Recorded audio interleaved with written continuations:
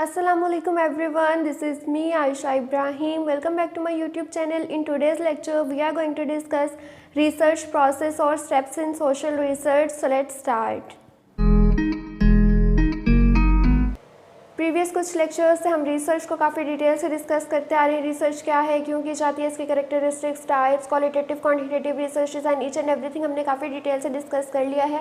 आज हम बात करेंगे रिसर्च प्रोसेस की या स्टेप्स इन सोशल रिसर्च की कि ये रिसर्च कंडक्ट कैसे की जाती है। ठीक है, तो सिंपली रिसर्च प्रोसेस पे अगर आप गौर करें तो यहाँ दो वर्ड्स आ रहे हैं, एक है रिसर्च और एक है प्रोसेस। रिसर्च क्या है, एक सिस्टमेटिक इन्वेस्टिगेशन होती है, यानी यहाँ पर रिसर्चर किसी न्यू फिनोमिना को एक्सप्लोर करता है कि ऑलरेडी एग्जिस्टिंग जो डेटा या इन्फॉर्मेशन मौजूद होती है किसी चीज़ से रिलेटेड, उसको वेरीफाई करता है, तो इसलिए जो है वो रिसर्च की जाती है। और प्रोसेस क्या है, स्टेप बाय स्टेप मेथड होता है, यानी यहाँ पर हम step by step systematically investigate करते हैं किसी फिनोमिना को और इस तरीके से हम रिसर्च को कंडक्ट करते हैं। तो सिंपली रिसर्च प्रोसेस क्या है, रिसर्च प्रोसेस एक ऐसा लेआउट है जो हमें गाइड करता है कि हमने किस तरीके से अपनी रिसर्च को कंडक्ट करना है, कौन कौन से स्टेप्स को फॉलो करके हम अपनी रिसर्च को कंडक्ट कर सकते हैं या फाइनल कंक्लूजन किसी भी फिनोमिना से रिलेटेड ड्रॉ कर सकते हैं। ठीक है, तो यहाँ पे कुछ स्टेप्स होते हैं जिनको रिसर्च प्रोसेस में फॉलो किया जाता है। फर्स्ट है आइडेंटिफिकेशन ऑफ प्रॉब्लम, सेकेंड है फॉर्मुलेशन ऑफ रिसर्च क्वेश्चन और formulation of research objective, literature review, research design, data collection, data analysis, results and discussions, conclusion, summary and recommendations. ये कुछ steps हैं जिनके ज़रिए से रिसर्च जो है वो कंडक्ट की जाती है। अब इनको हम जो है फर्दर डिटेल से डिस्कस करते हैं। रिसर्च प्रोसेस में फर्स्ट स्टेप जो है वो है प्रॉब्लम आइडेंटिफिकेशन या सिलेक्शन ऑफ टॉपिक का, कि सबसे पहले आपको पता होना चाहिए कि कौन से प्रॉब्लम पे हम रिसर्च कर सकते हैं और कौन सा टॉपिक हमने चूज़ करना है अपनी रिसर्च के लिए। ठीक है, अब ये टॉपिक आप कैसे चूज़ कर सकते हो या प्रॉब्लम को आप कैसे आइडेंटिफाई कर सकते हो, तो इसमें आपके पास कुछ ऑप्शन होते हैं। सबसे पहले ऑब्जर्वेशन, आप अपनी ऑब्जर्वेशन की बेस पे अपना टॉपिक चूज़ कर सकते हो और ऑब्जर्वेशन आपकी होती है बेस्ड ऑन इंटरेस्ट, कि आपका इंटरेस्ट किस चीज़ में है, उस टॉपिक को आप चूज़ करके उस पर रिसर्च कर सकते हो। सेकंड जो है वो है मीडिया, इसमें हर तरह का मीडिया आ जाता है, print media, electronic media, internet वगैरह से हम हेल्प ले सकते हैं अपने प्रॉब्लम को आइडेंटिफाई करने के लिए। मीडिया के थ्रू हमें पता चल रहा होता है कि ये करंट सिचुएशन चल रही है, ये सोशल प्रॉब्लम्स हैं, तो यहाँ से जो है आपको हेल्प मिल जाती है अपना टॉपिक चूज़ करने में। थर्ड आ जाते हैं गवर्नमेंट रिपोर्ट्स। गवर्नमेंट रिपोर्ट्स जो रिसेंट रिपोर्ट्स होती हैं, जो करंट सिचुएशन चल रही होती है, इंडिकेटर्स वगैरह इस रिपोर्ट्स के थ्रू हमें पता चल जाता है, तो यहाँ से भी हम हेल्प ले सकते हैं अपने टॉपिक को सिलेक्ट करने के लिए। अच्छा, उसके बाद एक और ऑप्शन होता है सुपरवाइज़र, यानी आप थीसिस वगैरह कर रहे होते हो तो आपके जो सुपरवाइज़र हैं वही आपको बता देते हैं कि आप इस टॉपिक पे रिसर्च कर लो, तो वो आपको हेल्प आउट कर देते हैं अपना रिसर्च टॉपिक को सेलेक्ट करने में। तो बेसिकली क्या है, फर्स्ट पॉइंट जो है वो है प्रॉब्लम आइडेंटिफिकेशन का।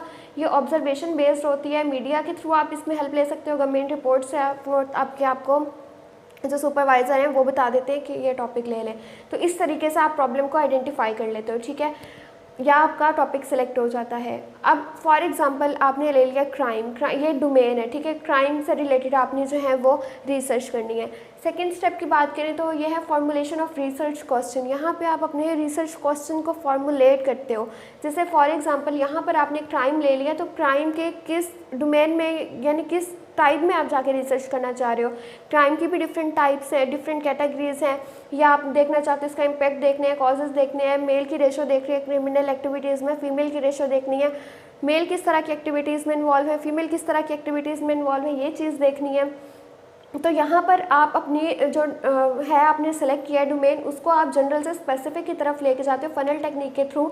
ठीक है, तो यहाँ पे आप अपने स्पेसिफिक टॉपिक को स्पेसिफाई करते हो, नैरो डाउन करते हो, एक उनमें से सिलेक्ट कर लेते हो कि आपका मेन कंसर्न क्या है, किस चीज़ पे एक्चुअली आप रिसर्च कर रहे हो। ठीक है, उसके बाद आ जाते हैं लिटरेचर रिव्यू। लिटरेचर रिव्यू ये होता है कि आपसे पहले जिन लोगों ने रिसर्च की है आपके टॉपिक से रिलेटेड, उसको आप जो है वो रिव्यू करते हो, यानी ऑलरेडी जो एग्जिस्टिंग डेटा है उसको आप पढ़ते हो।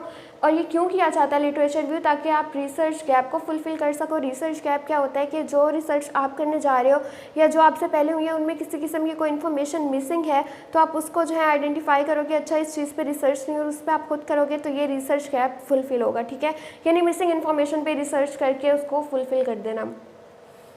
उसके बाद है कि क्या जो टॉपिक मैंने चूज़ किया है इससे पहले इस पर रिसर्चेज हुई हैं, ठीक है। ये चीज़ देखने के लिए आप लिटरेचर रिव्यू करते हो, या जो ऑलरेडी एग्जिस्टिंग डेटा है जो मौजूद है नॉलेज लिटरेचर, उसको वेरीफाई करने के लिए या उसको जो है आप चैलेंज करने के लिए कर सकते हो। कि फॉर एग्जांपल लाइक एक रिसर्च आपने जिस टॉपिक पर करने 2018 में हुआ है, तो आप 2024 में करोगे तो आपके और उनके रिजल्ट्स में मे भी डिफरेंस आ जाए, क्योंकि वो 2018 की है और ह्यूमन सोसाइटी जो है बहुत डायनेमिक चेंजेबल है।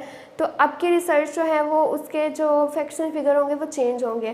तो एडिशन करने के लिए नॉलेज में, या जो ऑलरेडी नॉलेज मौजूद है उसको चैलेंज करने के लिए लिटरेचर रिव्यू किया जाता है। एंड फोर्थ स्टेप इज़ कि आपने किस रिसर्च डिज़ाइन को फॉलो करते हुए रिसर्च कंडक्ट करनी है। लाइक आपने क्वालिटेटिव की तरफ जाना है, क्वांटिटेटिव ये हम ऑलरेडी डिस्कस कर चुके हैं डिटेल से, या आपने मिक्स मेथड को यूज़ करना है। ठीक है। क्वालिटेटिव में ओपन एंडेड और वाई को किसी न्यू फिनोमिना को एक्सप्लोर करने के लिए ज़्यादातर की जाती है। क्वांटिटेटिव में जो है वो क्लोज एंडेड क्वेश्चन होते हैं, और मिक्स मेथड में इन दोनों का जो है वो मिक्सचर होता है। तो ये फोर्थ स्टेप है। नेक्स्ट हम डिस्कस करते हैं नेक्स्ट स्टेप्स को।